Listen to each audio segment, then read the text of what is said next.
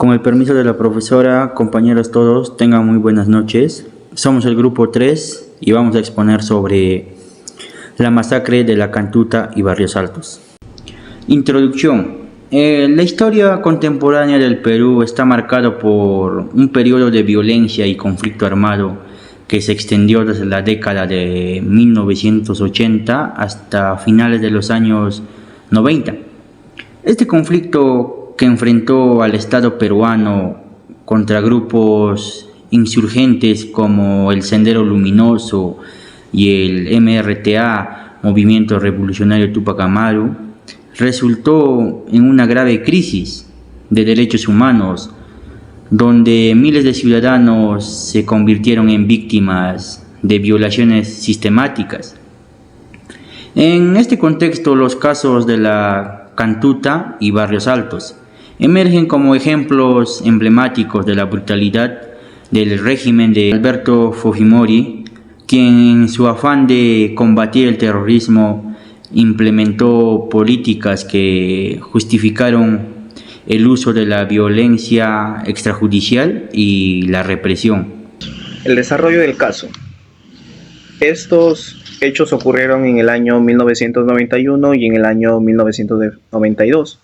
Respectivamente, son muy representativas en nuestro país por la brutalidad que cometió el Estado peruano en su intento de combatir a grupos terroristas como Sendero Luminoso y el Movimiento Revolucionario Tupac Amaru, más conocido en estos tiempos como el MRTA.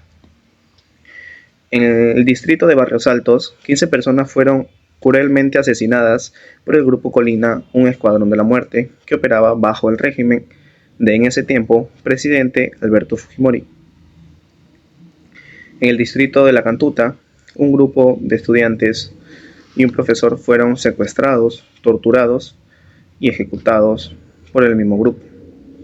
La justificación de la aplicación de los derechos humanos en ciertos casos como este se fundamenta en la obligación del Estado de proteger la vida, la integridad física y la dignidad de todas las personas de una sociedad.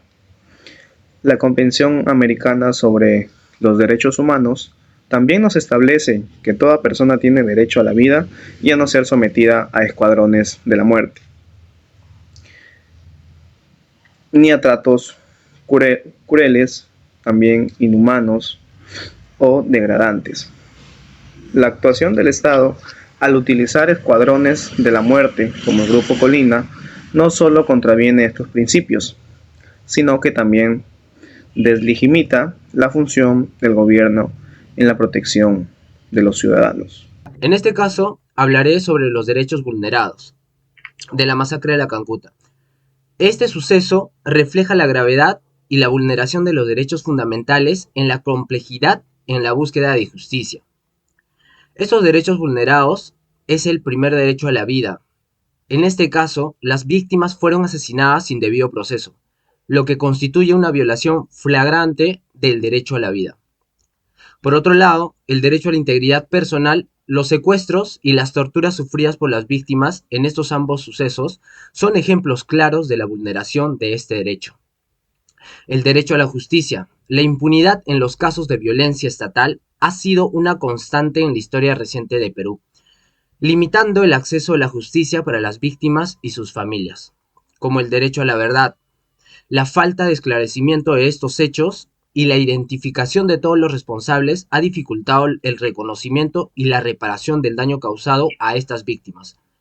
Por el caso de las responsabilidades, el Estado peruano como principal responsable de la protección, este Estado no solo falló en prevenir estas masacres, sino que también está involucrado en esas ejecuciones a través de fuerzas armadas que operaban en la impunidad.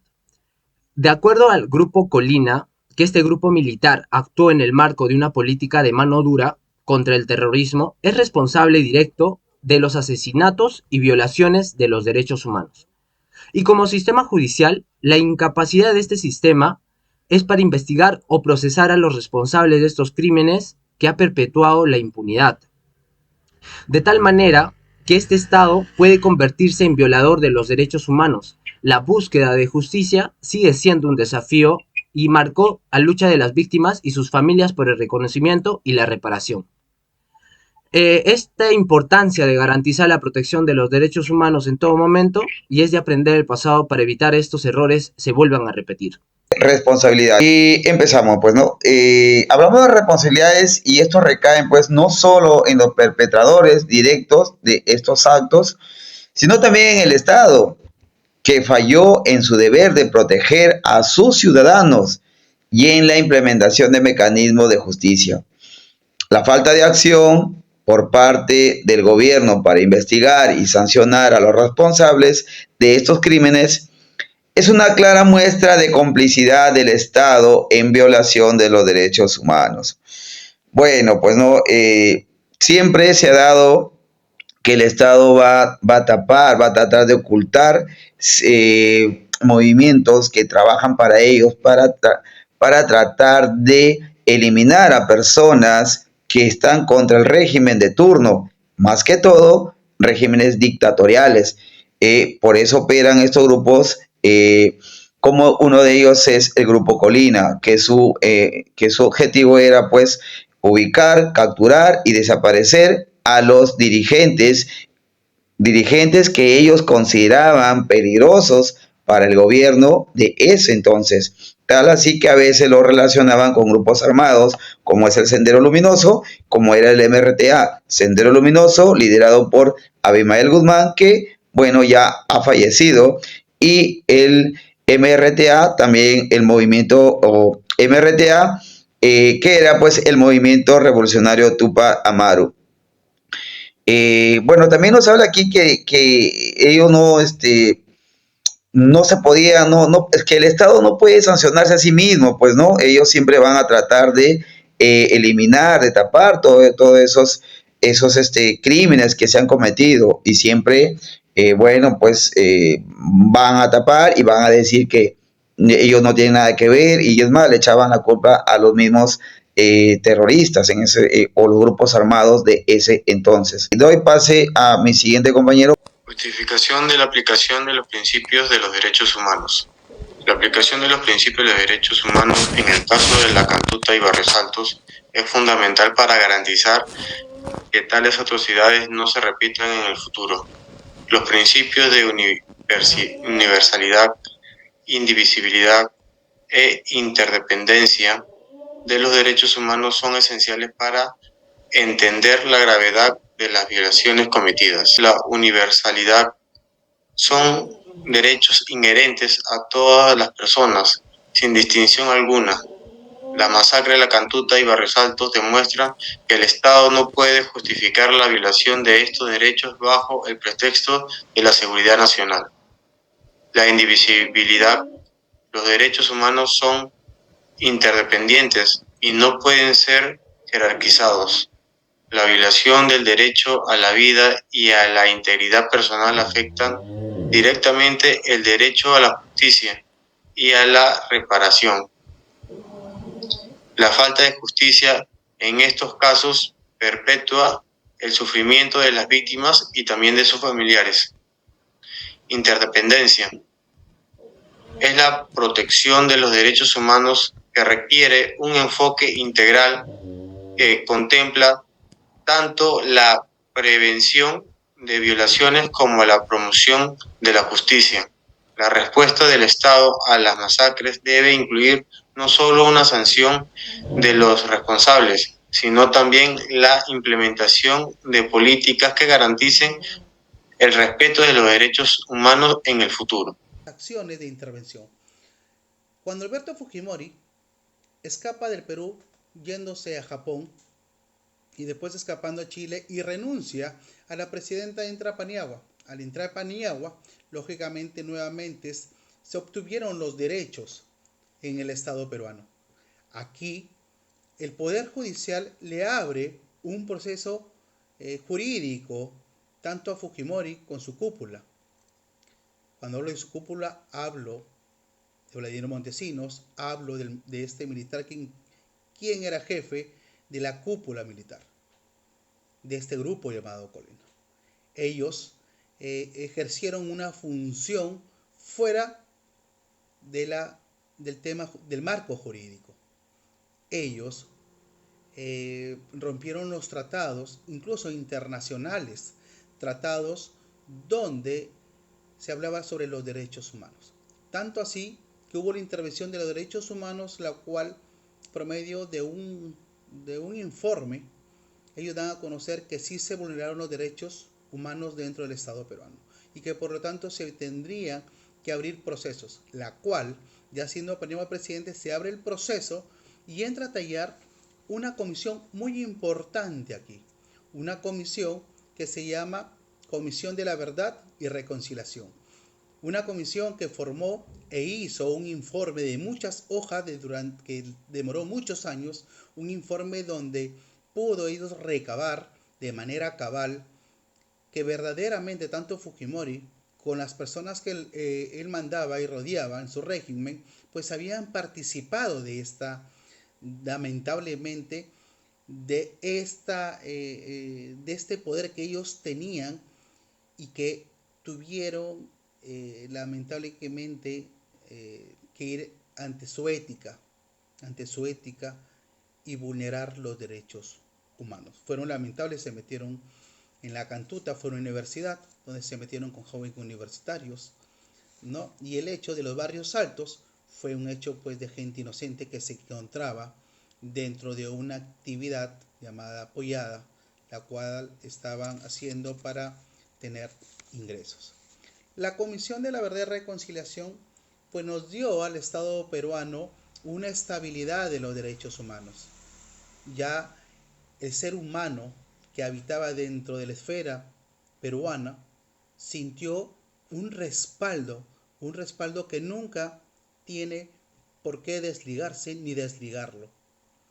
Por lo tanto, es importante que desde ya y quizás desde antes ha venido a trabajar dentro de la educación esta información dentro de las aulas, con la finalidad de poder tener información básica sobre los derechos humanos y no permitir que se nos falte a los derechos humanos, que no haya vulnerabilidad, porque sabemos que lamentablemente hay mucha gente que cuando llega al gobierno el poder los ciega y su comportamiento es antijurídico. Hoy es importante este tema porque dentro de las acciones no solo hubo la Comisión de la Verdad y Reconciliación, hubieron otras instituciones que hasta el día de hoy existen y que gracias a Dios aún están en pie. Estas instituciones no permiten la repetición de lo que pasó en esta historia de la Cantuta y Barrios Altos, como también de Pativilca. Aún se vulneran derechos, pero sin embargo, ya no a la medida de antes. Aún se sigue trabajando porque la finalidad es llegar a un 0% de vulneración de derechos. Le doy el pase a mi siguiente compañero. A continuación, me toca hacer las conclusiones. En el análisis de los casos de la Cantuta y Barrios Altos revela un contexto de grave vulneración de los derechos humanos en el Perú durante el conflicto armado interno. Estos eventos emblemáticos no solo reflejan la brutalidad del régimen de Alberto Fujimori, sino también la evidencian la deslegitimización del Estado en su función de proteger a sus ciudadanos. La política de la guerra sucia implementada por el gobierno que justificó el uso de la violencia y la represión resultó en la pérdida de vidas inocentes y de la erosión de la confianza pública en las instituciones. La creación de la Comisión de la Verdad y Reconciliación, CBR, fue un paso significativo hacia la justicia y la reparación, pero los desafíos persisten. La impunidad sigue siendo un problema crítico en la actualidad. Y muchas de las recomendaciones de la CBR aún se han implementado de manera efectiva. Todavía no está al 100%. La memoria colectiva de estos crímenes es fundamental para evitar que se repitan en el futuro y en especial que la sociedad peruana continúe la reflexión sobre su pasado para construir un presente y un futuro más justo. Enseguida paso a las recomendaciones. Como primero, el fortalecimiento del sistema de justicia. Es crucial que el Estado peruano refuerce su sistema judicial para garantizar a los responsables de violaciones de los derechos humanos sean llevados ante la justicia.